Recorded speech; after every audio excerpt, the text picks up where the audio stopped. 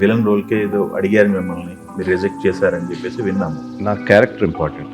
ఇప్పుడు అల్లు అర్జున్ సినిమాలో సరైనోడు సినిమాలో బోయపాటి గారు ఆది పినిశెట్టి క్యారెక్టర్ మీతో చేయించాలనుకున్నారు అనేది విన్నాను. మరి ఆయన అనుకున్నారేమో కానీ నా వరకు రాలేదు. మీ వరకు రాలేదు.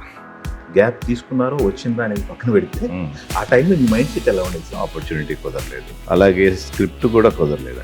మళ్ళీ వచ్చి డిసప్పాయింట్ చేయకూడదు, మనకి డెఫినెట్గా ఇది ఆడియన్కి నచ్చుతుంది, మనకు నమ్మకం ఉండాలి ఫస్ట్. అఫ్కోర్స్ ఒక సందర్భంలో మాంటే సాంగ్కి ఒక గ్లామర్ తెచ్చారు మీరు.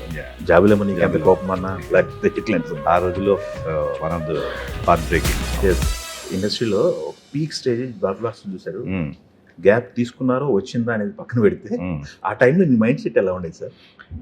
మైండ్ సెట్ ఎలా ఉందంటే తప్పనుండేది, మంచి సినిమా ఒకటి చేయాలి, ఆడియన్స్కి మంచి ఎంటర్టైన్మెంట్, గ్రిప్పింగ్ ఎంటర్టైనర్ ఒకటి ఉండాలి అనేది చెయ్యాలని ఉండేది. కానీ బట్ దానికి సందర్భం కుదరలా.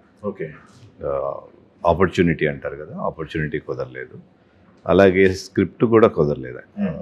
సో మళ్ళీ వచ్చి డిసప్పాయింట్ చేయకూడదు, మనం ఎంత anxiety to do a film ఉన్నా కూడా మనకి డెఫినెట్గా ఇది ఆడియన్కి నచ్చుతుంది, మనకు నమ్మకం ఉండాలి ఫస్ట్ అనే ఇదిలో వెయిట్ చేయటం జరిగింది. ఓకే, ఈ 10 yearsలో విన్నారా? అసలు సబ్జెక్టులు విన్నారా? పదడప వింటూనే ఉన్నాను, ఎక్స్టెన్సివ్గా 4-5 ఏళ్ళ నుంచి బాగా విన్నాను. ఓకే, ఎలాంటి సబ్జెక్టులు వచ్చాయి మీ దగ్గరికి? ట్రెండ్ మారింది కాబట్టి ఎక్కువ థ్రిల్లర్స్, పోలీస్ కాప్ స్టోరీస్, లేకపోతే కంప్లీట్ ఫ్యామిలీ ఫిల్మ్స్ ఇట్లా వచ్చినాయి. ఓకే, లేకపోతే కొన్నిసార్లు క్యారెక్టర్స్ కోసం ఇట్లా రకరకాలుగా వచ్చింది. ఓకే, అఫ్కోర్స్ ఇది క్యారెక్టర్ టాపిక్ వచ్చింది కాబట్టి పెద్ద సినిమాలో మంచి విలన్ రోల్కే ఏదో అడిగారు మిమ్మల్ని, మీరు రిజెక్ట్ చేశారని చెప్పేసి విన్నాము. అది నిజమేనా?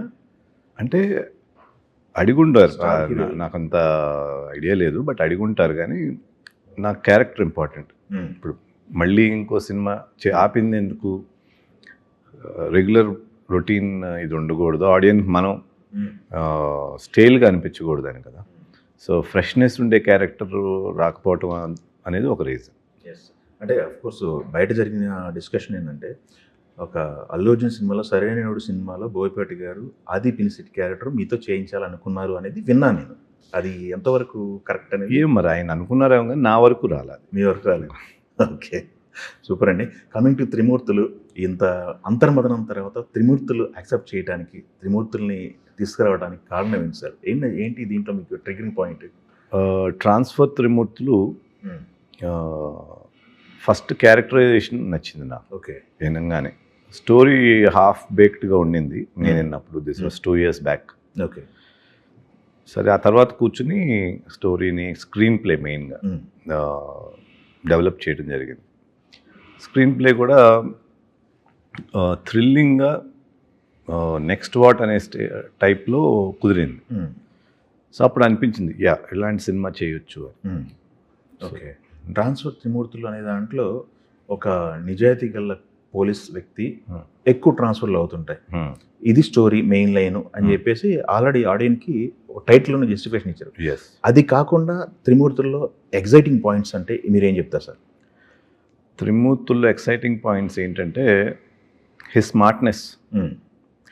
ఉట్టి ఇప్పుడు యాక్షన్ బ్లాక్సే కాకుండా తెలివితేటలతో కూడా, ఇప్పుడు డేవిడ్ అండ్ గొలైట్ లాగా. ఓకే, ఓకే, ఎదుటి వాళ్ళు ఎంత గొప్ప వాళ్ళైనా దాన్ని ఎట్లా స్మార్ట్గా ఫైట్ చేశాడు అనేది. Okay, with action blocks, okay, without giving a screenplay with might stall or బోరింగ్గా లేకుండా ఫాస్ట్ పేస్లో ఎలా ఫిల్మ్ని ఆడియన్స్ని ఎలా ఇన్వాల్వ్ చేయొచ్చు అనే యాంగిల్లో చేసిన స్క్రిప్ట్. ఓకే, సూపర్ అండి. ఆ ట్రైలర్ చూస్తే ఒక క్లారిటీ వస్తుంది. కాకపోతే యాక్షన్ అంటున్నారు మీరు. ఈ మధ్యకాలంలో యాక్షన్ అంటే ఆడియన్స్ బాగా అలవాటు పడిపోయి ఉన్నారు. యాక్షన్ అంటే వైలెన్స్, బ్లడ్ ఎక్కువ చూపించాలి, బ్లడ్ షేడ్లు చూపించాలి, డార్క్ షేడ్ చూపించాలి, ఇలాంటివి అనేది ఆడియన్ మైండ్లో కొంత రుద్దుతూ ఉన్న పరిస్థితులు ఉన్నాయి ప్రెజెంట్ సిచ్యువేషన్. మీరు అబ్జర్వ్ చేస్తున్నారు? చేస్తున్నారు. అంటే మొన్న దురంధర్ కూడా హిట్ అయిన సినిమా కూడా చాలా వైలెన్స్. అయితే దీంట్లో ఒక కేర్ ఏం తీసుకున్నామంటే త్రిమూర్తులు కేసులో, ట్రాన్స్ఫర్ త్రిమూర్తుల కేసులో ఆ క్యారెక్టర్ పరిధి, అతను ఒక కానిస్టేబుల్ అంటే మెషిన్ గన్స్తో షూట్ చేయడం అనేది అవుట్ ఆఫ్ ది వే అవుతుంది. అవును, ఆర్ ఈవెన్ గన్ వాడతాం కూడా అవుట్ ఆఫ్ ది వే అవుతుంది. సో అట్లా లేకుండా ఆ పరిధిలో ఒక కానిస్టేబుల్కి ఏ ఫైట్ చేయగలడో అంతవరకే. సో ఓ రక్తపాతాలు నరికేయటాలంటే కానిస్టేబుల్ అంత స్థాయి ఉండదు కదా. అవును. మ్యాక్సిమం లాఠీ పట్టుకుని ఫైట్ ఉంటుంది, బట్ ఇంపాక్ట్ఫుల్గా ఉంటుంది. సో అట్లా ఓవర్ ద టాప్ ఉండదు. ఆ క్యారెక్టర్ పరిధిలో ఎంతవరకు చేయొచ్చో అంతవరకు చేస్తాం. ఓకే, సూపర్ అండి. మీరు చేసిన సినిమాలు ఉన్నాయి అన్నీ కూడా ఫ్యామిలీ ఆడియన్స్ దగ్గరైన సినిమాలు, ఎస్పెషల్లీ లేడీ ఫాలోయింగ్ ఉన్న హీరో మీరు బాగా ఎక్కువ. లేడీస్లో మంచి ఇంప్రెషన్ ఉంది, ఫాలోయింగ్ ఉంది. ఈ సినిమా విషయానికి వచ్చినట్టయితే ఆ టైప్ ఆఫ్ సినిమా చేయకుండా అవుట్ ఆఫ్ ది బాక్స్ వచ్చి మీరు ఈ సినిమా చేయడానికి కారణం ఏంటి? సో టు అడ్రస్ ఈ క్వశ్చన్కి ఏంటంటే, లేడీ ఆడియన్స్ని అడ్రస్ చేయకుండా చేయలేదు, ఉందే అదే ప్రధానంగా లేకుండా ఉంది. Like he has a family, wife, తనకి వైఫ్ మధ్యన ఆ బాండింగ్, కూతురు క్యారెక్టర్ ఉంటుంది, ఆ ఫ్యామిలీ అట్మాస్ఫియర్ అది ప్రజెంట్ చేస్తూనే ఇతను అచీవ్మెంట్ చూపించాం. సో మనకేంటంటే మన ఇళ్లల్లో లేడీస్ కానీ ఏదైనా రిలేట్ అవ్వటానికి ఈజీగా ఉంటుంది, త్రిమూర్తుల్ని ఫాలో అవ్వటానికి ఈజీగా ఉంటుంది. అట్ ద సేమ్ టైం అదంతా లేకుండా అసలు కంప్లీట్ డిఫరెంట్గా అట్లా లేకుండా మనం కథని అట్లా లోపల నుంచి తీసుకెళ్ళాం. సూపర్ అండి. ఎన్ని పాటలు ఉన్నాయి, ఒక మ్యూజిక్ విషయానికి వచ్చి ఎన్ని జాగ్రత్తలు తీసుకున్నారు? ఆల్బమ్ కూడా చాలా ఆల్బమ్స్ మీ హిట్ అయిన సందర్భాలు ఉన్నాయి. అఫ్ కోర్స్ ఒక సందర్భంలో మాంటే సాంగ్కి ఒక గ్లామర్ తెచ్చారు మీరు, జాబిలమని కోపం అన్న, లేకపోతే ఇట్లాంటి ఆ రోజుల్లో one of the heart breaking songs. Telugu one